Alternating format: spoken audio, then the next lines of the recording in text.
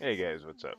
I just wanted to follow up my Tomb Raider exclusive rant with a little bit of a discussion about console exclusives in general.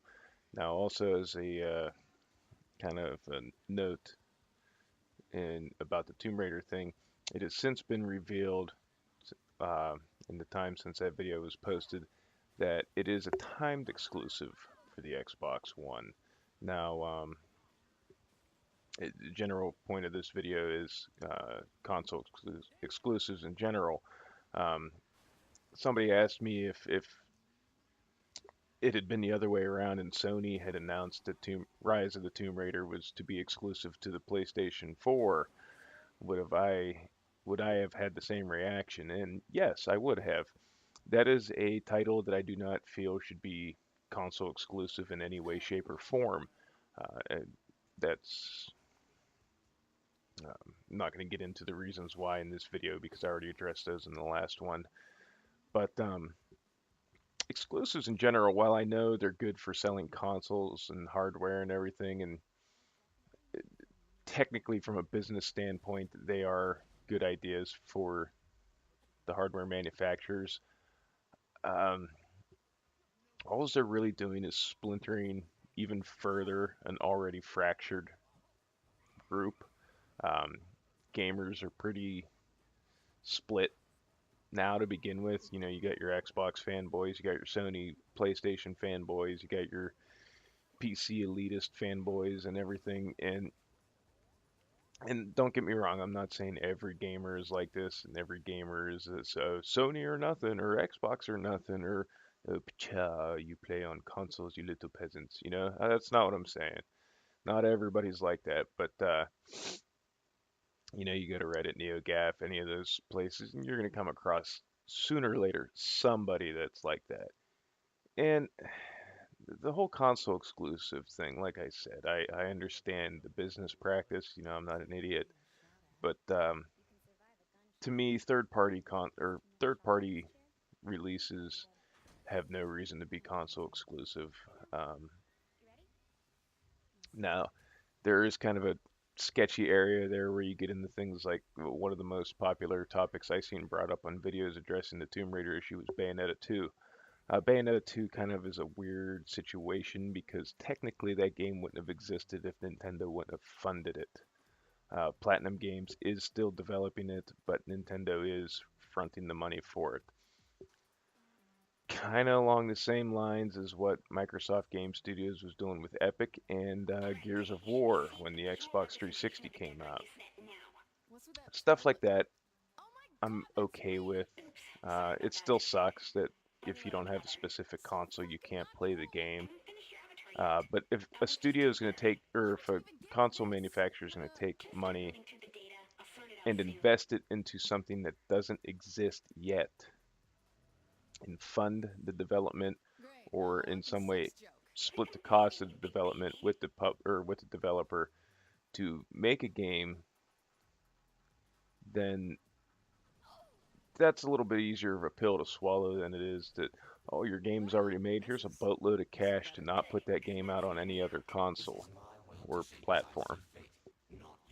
And you know, I know people are like, well, not having third-party exclusives it gives you no incentive to buy an Xbox over a PlayStation or blah blah. No, I don't feel that's the case. Maybe it is with the general consumer, um, but I think the general consumer doesn't give a shit about console exclusives in the first place. They don't know what they are. I think the general consumer is just going to buy whatever console is the cheapest, with the exception of probably the Wii U. But I think the console itself, you're going to have people that are going to buy it based on the brand, regardless of whether or not it has Tomb Raider or just for example, Borderlands or something as an exclusive. And then you have first party exclusives like you have Uncharted and Resistance and Killzone for the PlayStation 3. Microsoft has Halo and Gears of War and Crackdown. Um, and Microsoft is kind of struggling in the the first party console exclusive department, which I think that's what really kind of stuck in my craw a little bit about the Tomb Raider thing is instead of taking the time to develop fresh new IPs and try to attract a customer base to their Xbox One, Phil Spencer was just like, fuck it, write Square Enix a check and let's get Tomb Raider. And like I said, I understand the business decision, but it still doesn't, it's still not cool. And then you get into these things where, with the timed exclusives, which, I mean, I guess, okay, at least eventually a particular game will be coming out for the different platforms eventually. That's still kind of a bullshit maneuver.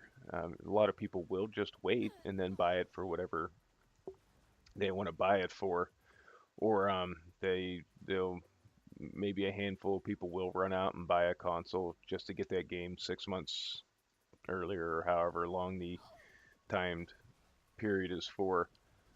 And then you get in another practice I'm not real fond of is exclusive DLC, which they're kind of doing. They're doing with Destiny. You're getting the exclusive DLC for the PlayStation 4 version, but I believe, and correct me if I'm wrong, and I will double check, but I'm pretty sure that DLC is timed too. Kind of like the Call of Duty DLC for Xbox platforms, they come out a little bit earlier than all the other ones. Moving along, kind of like in the same general area though, then you have things where, like to me, DLC like that, you're cutting out a chunk of the game and you're not making it available either right away or at all to other people.